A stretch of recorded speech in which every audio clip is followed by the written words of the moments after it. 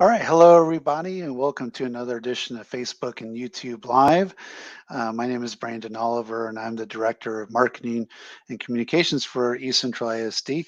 And tonight we'll be talking about the district bond election information.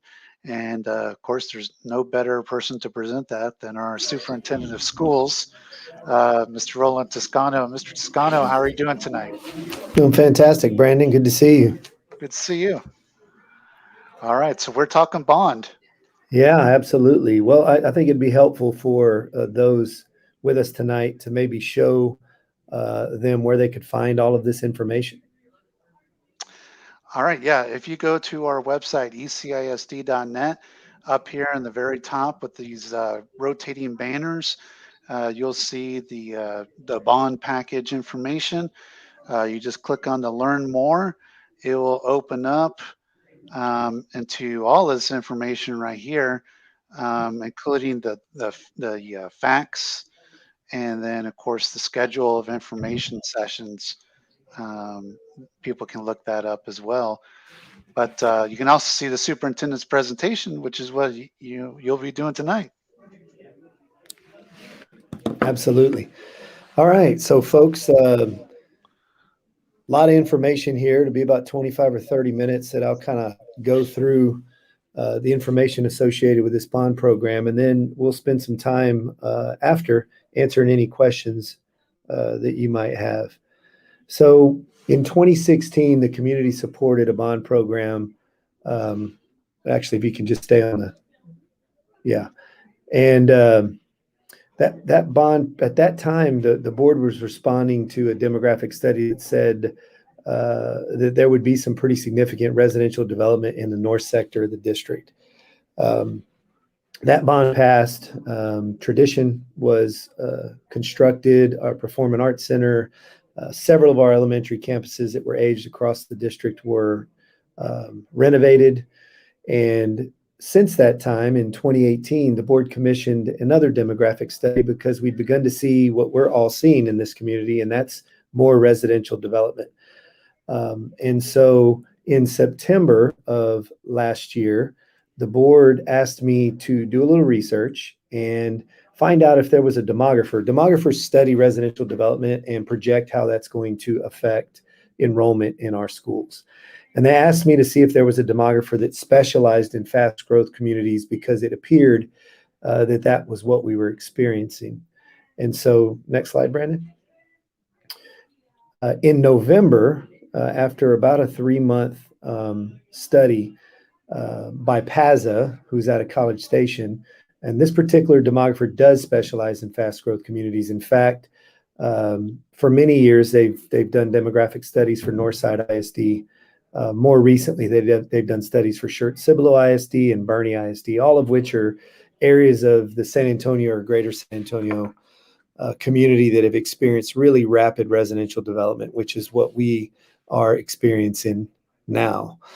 And the first finding that they shared with the Board of Trustees was that over the next 5 years, there's going to be substantial residential development, not only in the north, but also in the south. And that was a little bit interesting because in 2016, the majority of the development was only in the north sector of the community. And then pretty much south of Highway 87, the 181 and 37 corridors were really not developing from a residential standpoint. At that time, Halliburton was there. It was an industrial corridor where the oil field industry was really prevalent. And now that's changed. And the numbers that you see in those color-coded regions are subdivisions that currently have that number of homes available. Some of the larger being the Knox Ridge and Notting Hill subdivisions, 1,120 homes. You have the Hunters Ridge subdivision. These are in the north, 837 homes currently available. Paloma has 839. On the southern part of the region, you have South End Meadows with 625 homes available, South End Cove with 468. And of course, the color key on the left points out that the orange and red are going to be larger developments at this point in time than those lighter colors. When the demographer projected out to 2030, which you can see in the next slide, shared with the board that that development is not slowing down. In fact, they even pointed out that there's some more recent land transactions, which again, this was last November. So many of these that I'm pointing out now have actually begun construction. So you have the Gates tract just inside of Highway 87. It's going to have in the neighborhood of 1,384 homes. The Reynosa tract, which is close to central office at the intersection of Foster Road and Sulphur Springs, is going to have in the neighborhood of 1,000 tracts. And then when you get over to W.W. White, Hildebrand Road, inside Interstate 410, you'll see the Mosaic development, 1,300 lots, the Blue Wing development with 500 lots. And since then, I'll tell you, in that same area as the Mosaic development, 1 month after this report was finalized and presented to the board, we found out that there had been 3 more subdivisions permitted, 2 of them with 1,200 homes each and 1 with 2,200 homes. So the finding essentially from PAZA was that development was moving at a rapid rate, both in the north and the south sectors of our school district. Next slide, please. So how is that projected to impact enrollment? And PAZA made it very clear to the Board of Trustees that they were going to consider a moderate scenario when making recommendations to the board. In other words, it's likely that the scenario is going to be more substantial than this. They felt very confident that it would not be a scenario where we would see growth at a lower rate than this moderate rate, but that the moderate rate represented what they knew was permitted, platted, site work where dirt is already being moved or where rooftops are already being constructed. And so this year we were projected to be around 10,200 students. We're very close to that. But the interesting thing is that the growth from last year to this year is projected to be 4.99%. And you can see in the blue between now and 2030 that those growth rates are going to stay around 4% and escalate to as much as 7% from one year to the next. And then in the green below, you can see where it points out the projected number of new students into the school district, which from 2021, 10,216 students to 2030, 17,198 students. PAZA's in a moderate scenario projecting essentially a 70% enrollment increase in our schools in the next 10 years. The reason I pointed out the percentage of growth year over year is that historically here in East Central ISD, we've experienced what we can consider manageable growth, anywhere from 1.5% to 2% a year. And in our district, that might be 80 new students pre-K to 12 in a lean year, or as many as 200 students in a really rich year. But you can see that from this point forward through 2030, we're going to experience many more students year over the year than that. And when you're dealing with manageable growth, you can make subtle adjustments to school boundaries. You can alter your school configurations, the grade levels that you serve. You can make changes there to respond to those manageable increases in enrollment. You might even start to float some teachers into classrooms where maybe a teacher's not occupying because they're on a conference period. And maybe an occasional portable here and there, but you can manage it with strategies such as that so that you really get to a place where you're using all the classrooms in your building. But when you're talking about doubling that and tripling and quadrupling that percentage rate, you have to think about different strategies, which is where we're at today. Next slide, please. And so how is that going to affect our school's current enrollment as these projections begin to hit reality over the next 10 years? The highlighted sections represent the year at which or during which each of these schools will hit 120% of capacity. So Harmony in the year 2026 will reach approximately 937 students, where its capacity is 747. So that represents 120% of its capacity. Same thing at Highland Forest in 2027, Oak Crest in 2027, but most pressing is Tradition, which is going to reach 1,174 students by 2023. And its capacity is currently 901. Its current enrollment was projected to be 807, and it's actually closer to 850 today. And so what 120% capacity means is that the school will be utilizing every available space all day.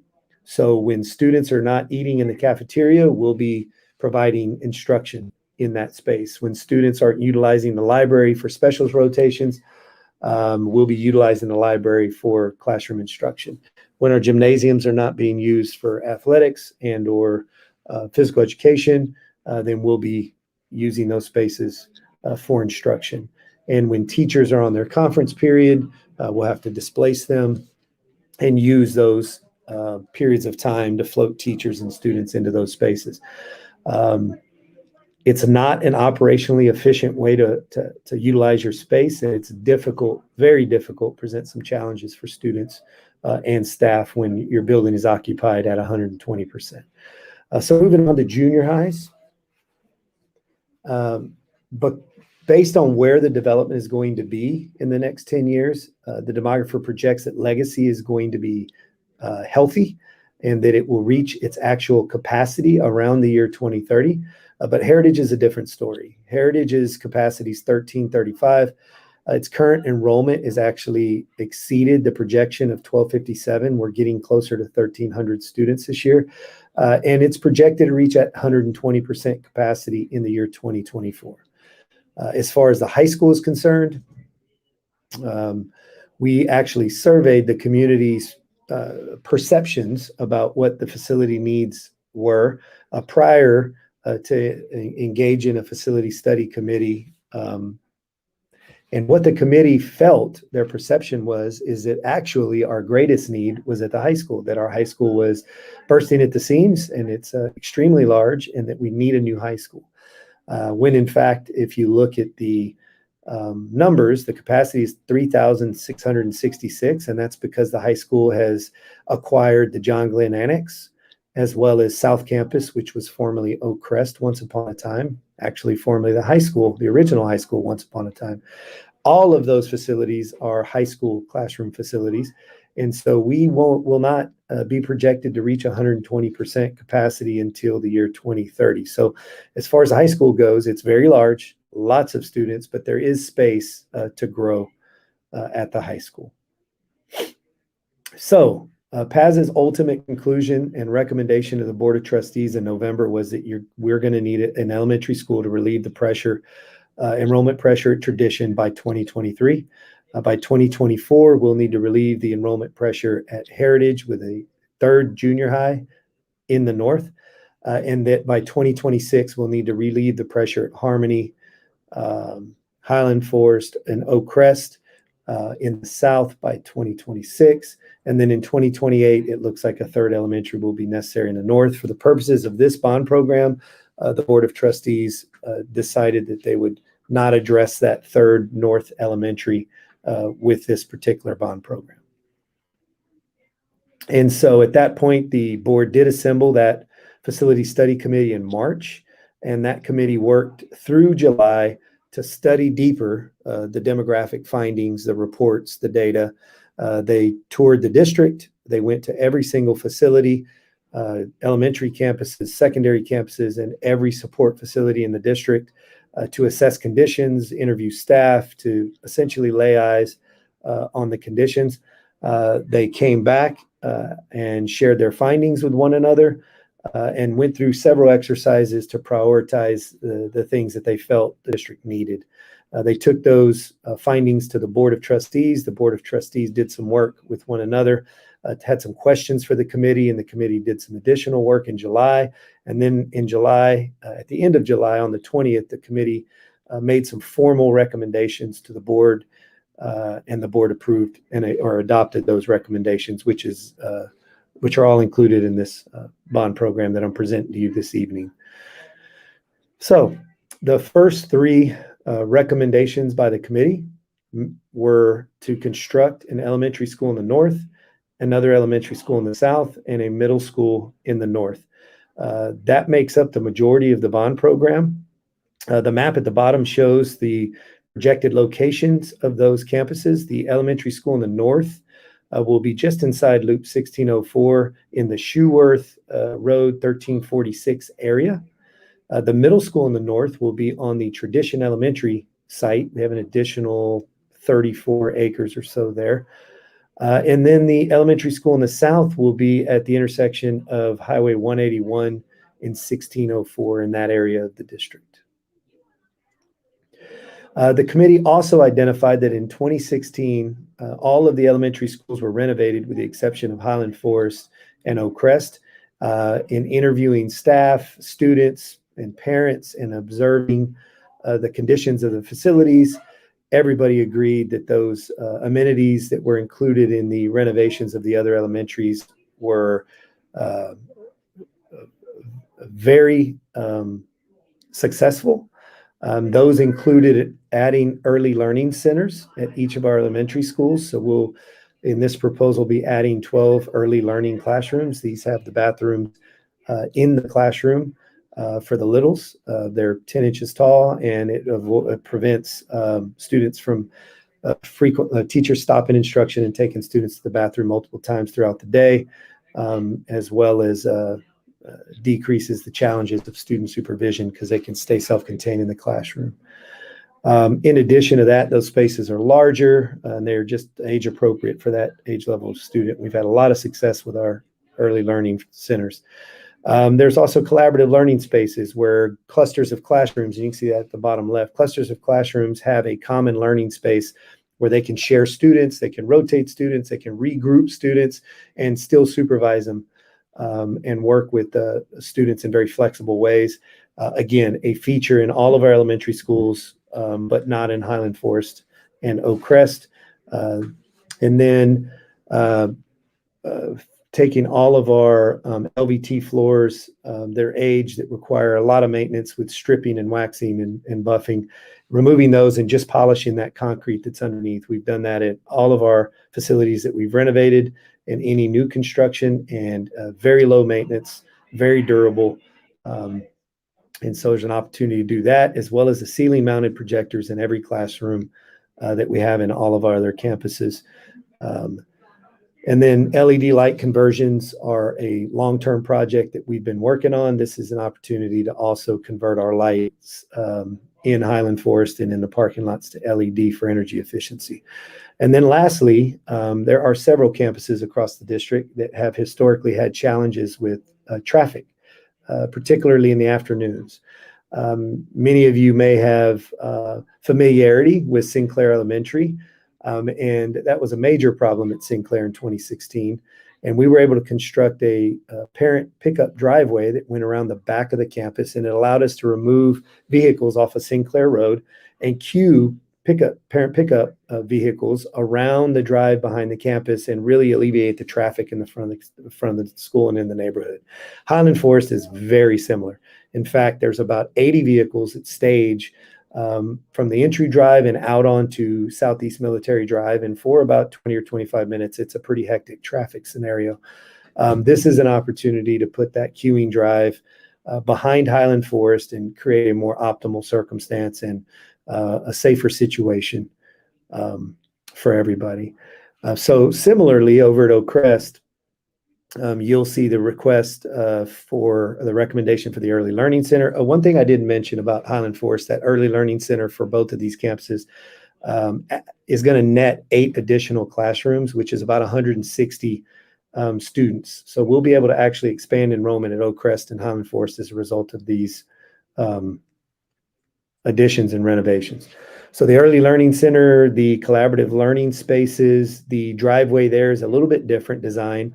We only have to queue about 40 vehicles off of Sulphur Springs Road, which will allow traffic both ways, east and west on Sulphur Springs Road, to continue to flow and not impede traffic with parents queuing out on Sulphur Springs. And again, ceiling mounted projectors, replacing that flooring throughout, cleaning up some finishes with a little paint and I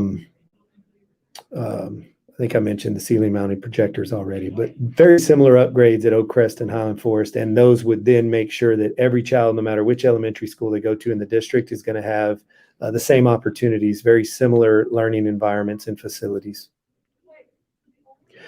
So at the high school, our ultimate goal for every child is that they're academically ready for whatever they choose next. But that equally of importance is that they're also employable. The way that we get at students' employability is through our career and technology programs. And what we want to accomplish with our career and technology programs is we want every student to have opportunities to explore what they're interested in, narrow those things down, as well as the things that they're really good at, and narrow those things down, and then pay attention to the Texas Workforce Commission data as it relates to the Alamo or San Antonio economy, and identify those jobs that are paying great wages, that go unfilled, they're available, they're in demand, and then marry all of those things together. So courses that our kids are interested in, that match up to high demand areas of the economy, and then give them the opportunity to move through that sequence of courses from their freshman through senior year, and ultimately end up with practicums or internships, and in most cases end up with state or industry certifications that make them employable the minute they graduate, which gives them a lot of options for not only beginning to earn a living wage in an area that they're interested and good at, but then they can then continue their education and advance within that profession if that's what they so choose. So it's an informed decision-making scenario that we want every kid and their family to be able to do when they leave East Central High School. And so two of the most in-demand pathways in career and technology at East Central that also align to high demand sectors in the Alamo economy are the health sciences and the construction trades. We currently have 3 shops at East Central High School, one in the agri-science building, one near the weight room at South Campus, and then one right here at John Glenn, which was the old gymnasium that has been converted to a metal fabrication, advanced manufacturing engineering shop. And we're talking about building approximately a 15,000 square foot facility, CTE complex, which would have some classrooms and shop space and lab space for all of the health sciences and all of the construction trades. In fact, the construction trades program would be mimicking what Northside ISD has been able to do with Warren High School. And that's partner with big general contractors in the city of San Antonio and give kids opportunities to do things like design and construct and ultimately sell a tiny home or multiple tiny homes. So you can see there that that's an opportunity through that sequence of courses to ultimately learn and experience all the trades and then be able to focus where they want to pursue should they be interested. Moving on, this growth in enrollment is going to affect our transportation demand. We currently have what we call Base 1, which is our primary transportation facility. It's on the high school property. But we also have Base 2 on the Tradition site. Our vision is that as the community continues to grow, that in the south sector of the district, in the ECDC area, we would eventually have a Base 3 in order to make sure that our bus fleet is in proximity to the areas of the district that it serves. But Base 1 is where our vehicles are maintained. It's also where our vehicles are repaired. And so the first opportunity that we have here is to expand the service bays. We currently have 6.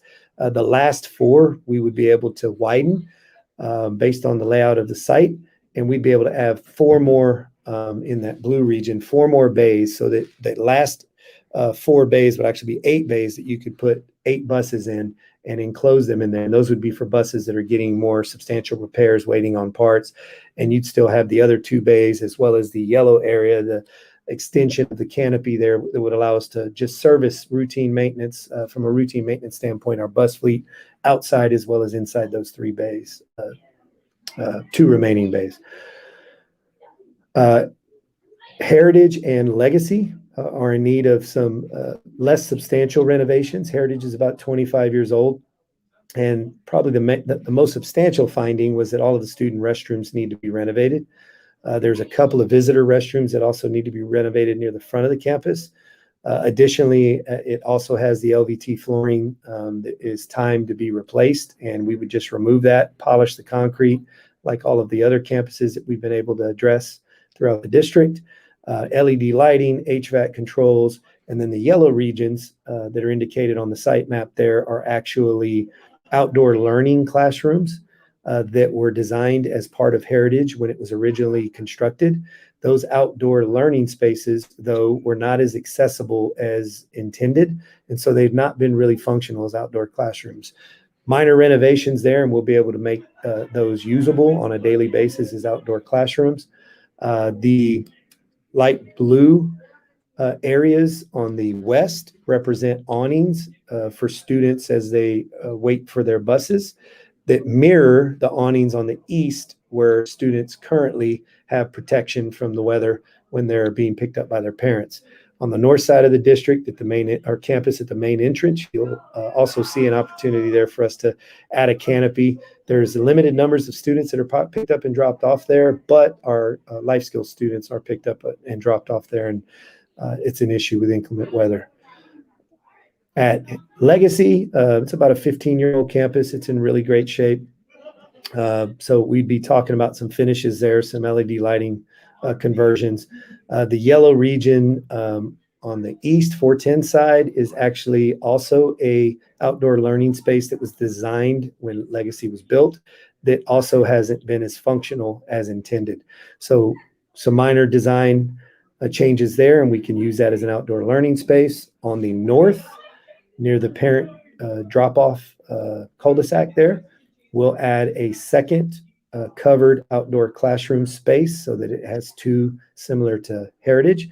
And then over at the fields, the challenge there has been that we didn't have flat work or sidewalks from the campus to the weight room on the bottom left, as well as sidewalks from the blacktop to the track and field. And then on either side of the bleachers, we haven't had concrete there for our visitors that like to use lawn chairs and pop-up canopies and that sort of thing. But most importantly, we've not had a standalone restroom out there for our guests.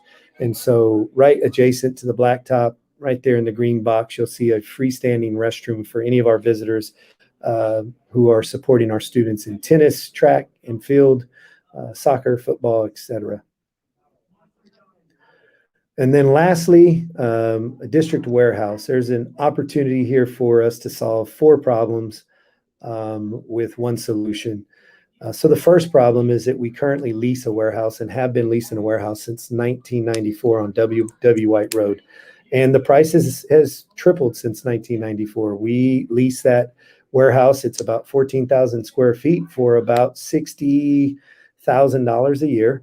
We're at the mercy of the leaseor because we don't have any other options at this time. So we negotiate frequently on the cost, but ultimately we're kind of in a tight spot. So in trying to mitigate that in recent years, we've changed our approach to what we warehouse.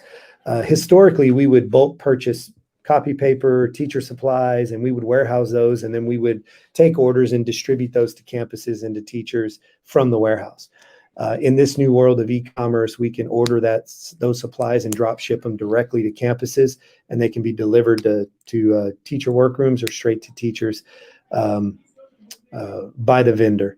And so we've been able to reduce the amount of supplies and equipment and district assets that we actually warehouse. So the majority of the things that are in the warehouse are short term. So we receive textbooks, we account for them, we asset tag them, and then we distribute them. We receive equipment, furniture, and all of those sorts of things, technology that we'll asset tag, inventory control, and then we'll distribute. So generally, we don't warehouse things for long periods of time.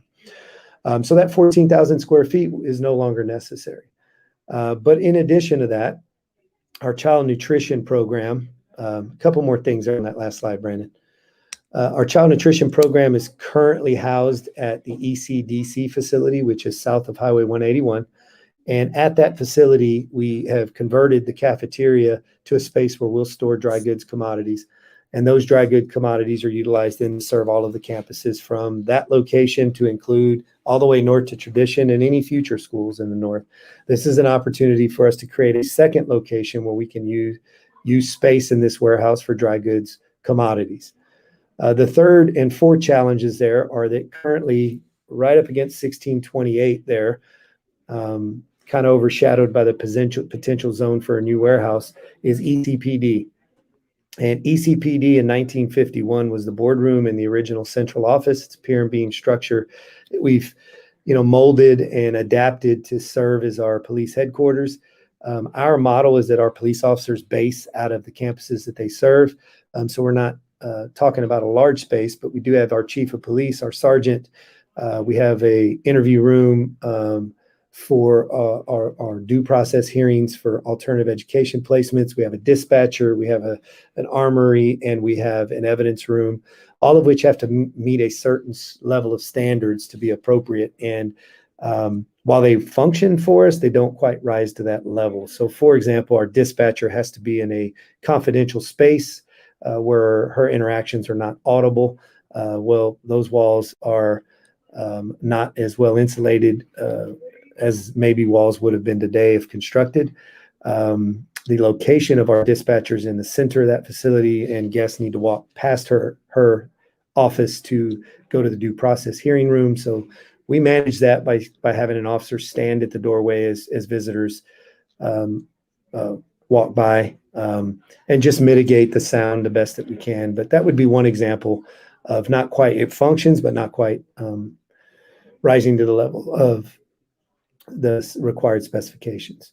So the front of this warehouse facility could be purposed as our police headquarters. And then the fourth opportunity in this same 14,000 square foot space would be to replace the building right behind ECPD, which is currently the custodial storage and supplies warehouse, as well as office space.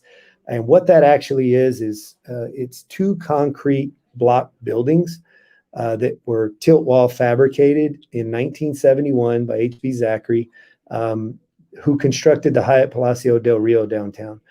The frame structure of that hotel was built downtown, and these hotel rooms were built off-site, and they were concrete blocks.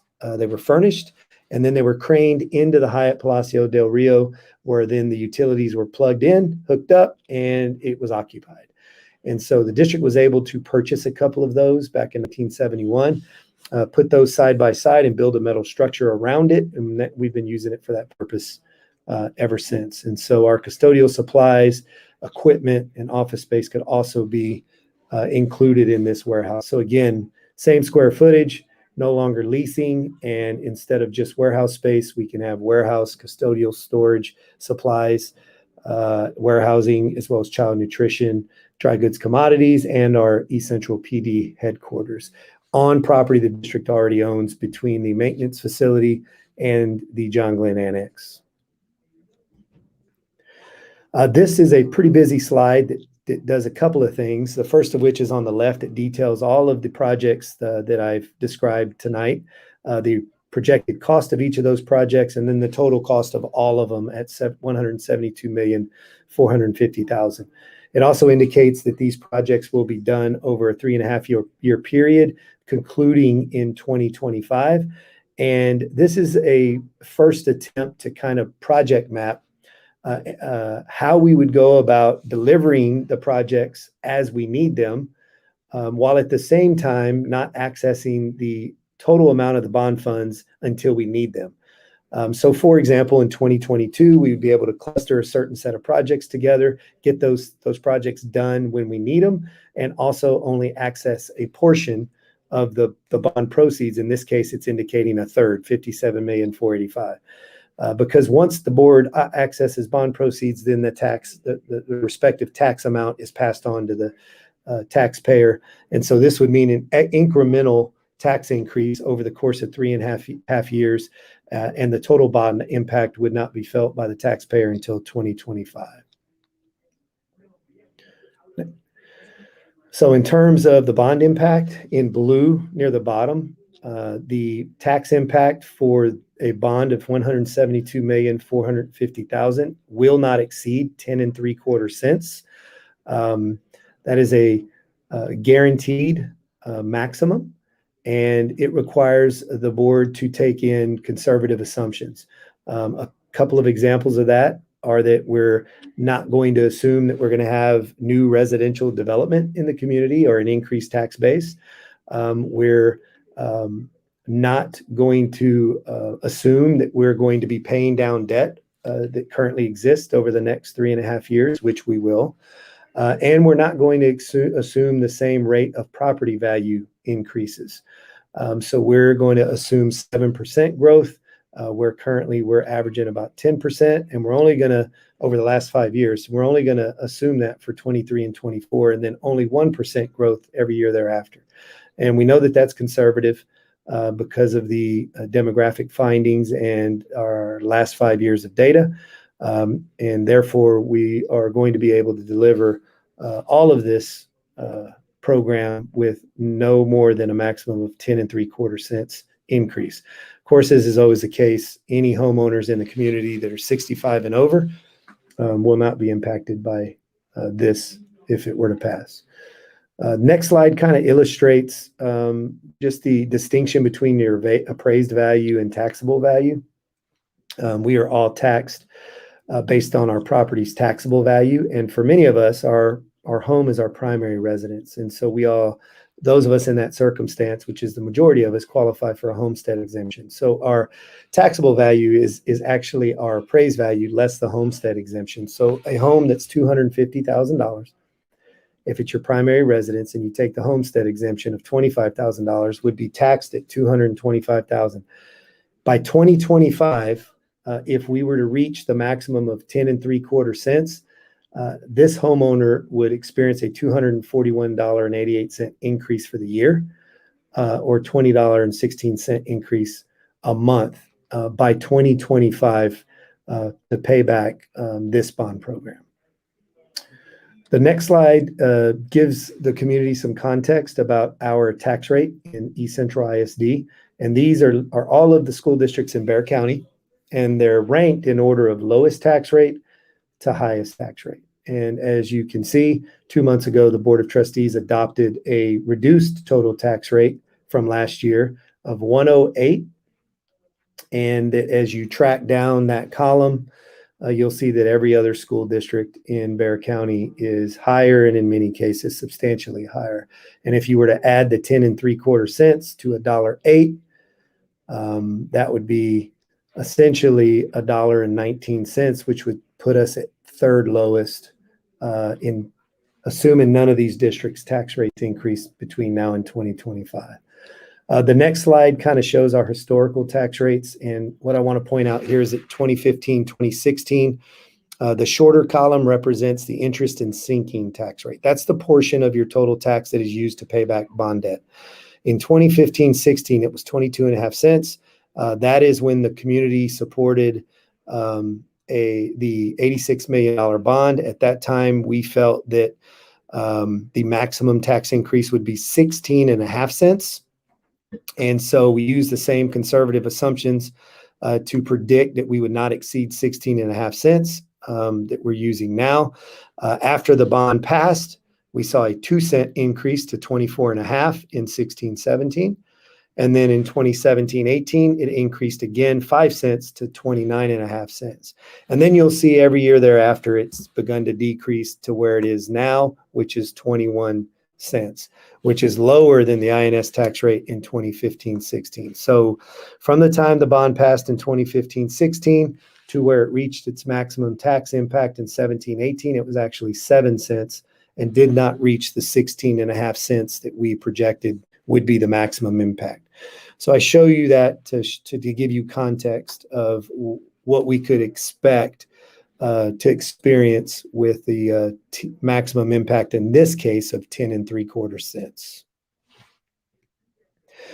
This bond fact at a glance, as Brandon showed at the very beginning of this presentation, is available online. It's a summary of everything that I've described this evening, all of the projects, the projected cost.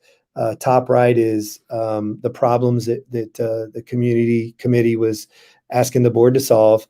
And then the schedule on the bottom right maps out the projected timeline of construction that would happen between November and 2025. And then lastly, it's important to note that if you're a citizen in the East Central community and you're registered to vote, that you can participate in the November election, and or you can participate in early voting, which is October 18th through the 29th.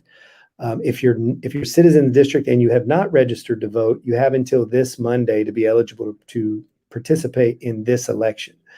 I want to urge all citizens to participate.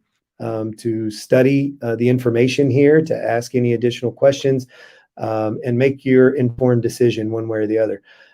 In the last election in 2016, there were about 1,500 citizens that came out and voted out of an eligible 60,000 citizens in East Central ISD. So I would say that we'd really like to see a larger turnout to really get an indication of what the community wants to support.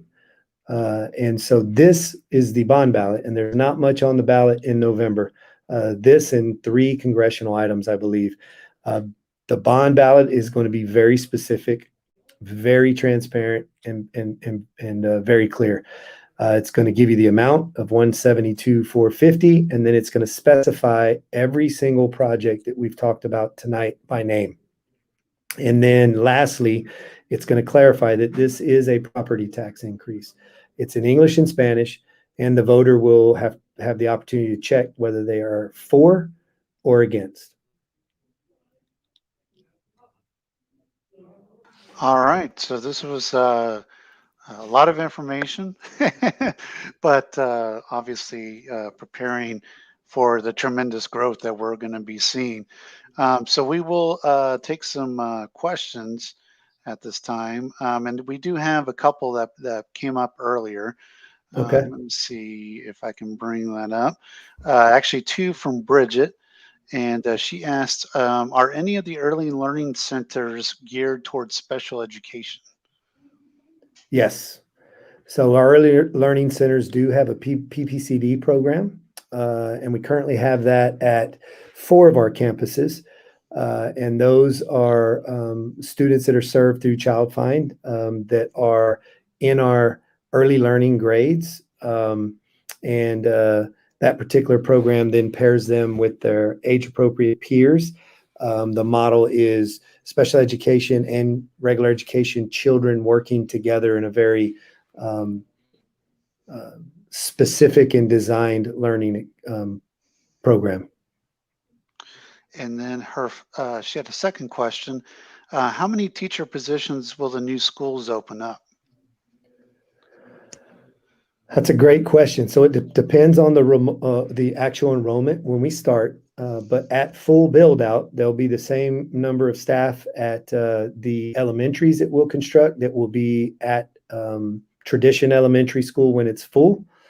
And then same for the junior high. It's going to be the same square feet, serve the same number of students as Legacy and Heritage. So at capacity, it'll be the same number of teachers that we have at Legacy and or Heritage when at capacity. So roughly, we'd be talking as far as teacher positions in the area of 70 at the middle schools and in the area of 40 at the elementary schools.